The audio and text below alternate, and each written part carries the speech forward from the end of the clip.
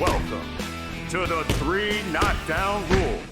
And welcome back to the latest edition of Quick Jabs, brought to you by 3 Knockdown Rule. Couple of things I want to touch on. Number one, 2028 Olympics, thanks to the efforts of one Triple G, Gennady Golovkin. Olympic boxing has been saved. Now, this was a sport that was teetering on the brink of extinction as it related to the summer games, and it's been a tradition. I think it's good news for the amateur fighters across the world. Certainly beats the alternative, and I think a big tip of the cap has to be given to Triple G, who really used his efforts and influence to make this a reality. But I think this is the truth.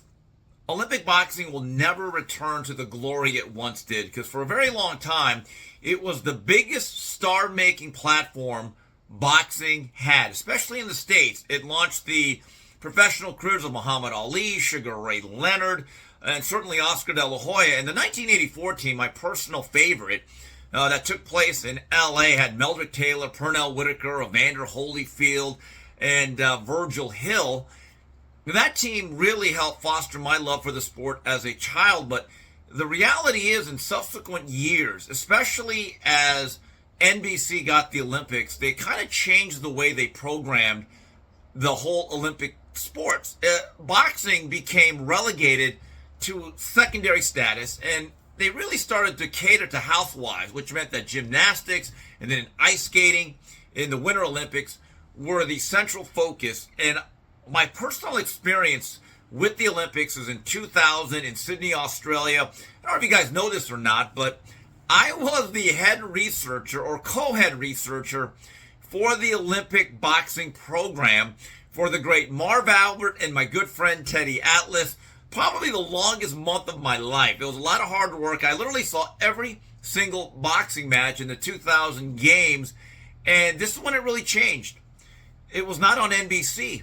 Basically, every single match was on this new cable network called MSNBC. And quite frankly, from that time forward, boxing has never really played on a big stage, at least to America. But Olympic boxing is back, and that is good news.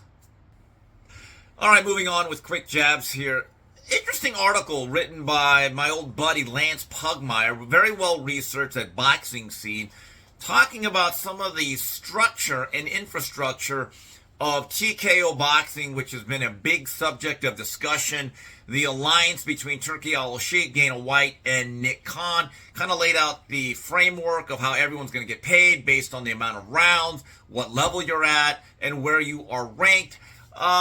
Make of it what you will. I don't think this is for the established fighters who are all under guaranteed contracts, already promising them 7 and maybe 8-figure paydays. It seems to me, it's very clear that TKO boxing is going to basically be their own federation of fighters, and they're going to try to develop younger prospects and fighters who may not be attached, who want the activity and have a chance to build up their career and resume, and then going on to bigger and better things. Spoke to a couple of managers. They actually like the format.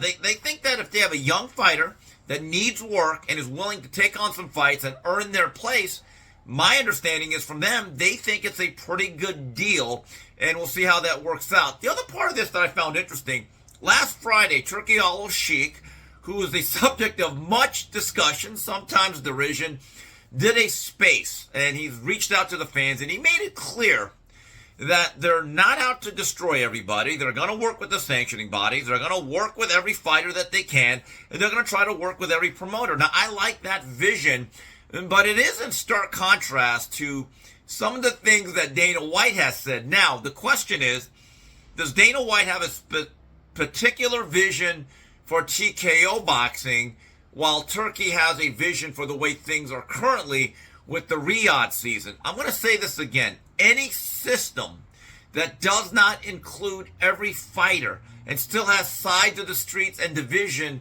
cannot work. But again, still a lot of unknowns as it relates to TKO boxing and how will it impact the boxing industry moving forward. And finally, last week we spoke about it a little bit, a fight that went to Bolivian. IBF junior middleweight champion Bakhrain Murtazaliev will not be facing Vergil Ortiz. Well, there was a lot of myriad of issues, mostly financial. That's what it really comes down to. So right now, Murtazaliev, who won a vacant title against Jack Culcay and then stunned Tim Tszyu in 3 rounds last October, needs a fight. So I reached out to the head of main events, which promotes Murtazaliev, Kathy Duve. I haven't spoken to her in a while.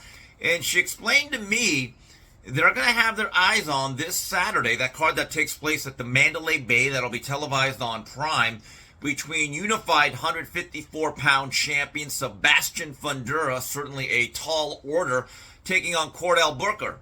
Now, Murtazaliev in main events, they have a pretty good relationship with PBC, given the fact that they've been on cards, they've done step-aside feeds when one of the Charlos was the belt holder there. So that's not a deal, that's an impossibility. And Fundora against anybody, especially another belt holder, a guy that can bang a little bit like Murtazaliev, that would be a high-stakes fight with 3 belts involved. And again, Terrence Crawford may not be a junior middleweight anymore as he goes up to 68 to fight Canelo. So I asked her, all right, well, what if that fight doesn't happen for whatever reason? She then mentioned the name Sergey Bohachuk. Folks, that fight would be an absolute can't miss. And Bohachuk arguably may have beat Vergil Ortiz last summer in what was, I believe, the fight of the year in 2024. So that's the latest for Murtazaliev. They're going to keep an eye on Saturday, and also understanding that Bohachuk, who needs a fight, number 6 in the Ring magazine, he is certainly a guy, and him and Tom Loeffler, they're not in the business of turning down fights. All right, well, that's it for this week's edition of Quick Jabs, brought to you by the 3 Knockdown Rule.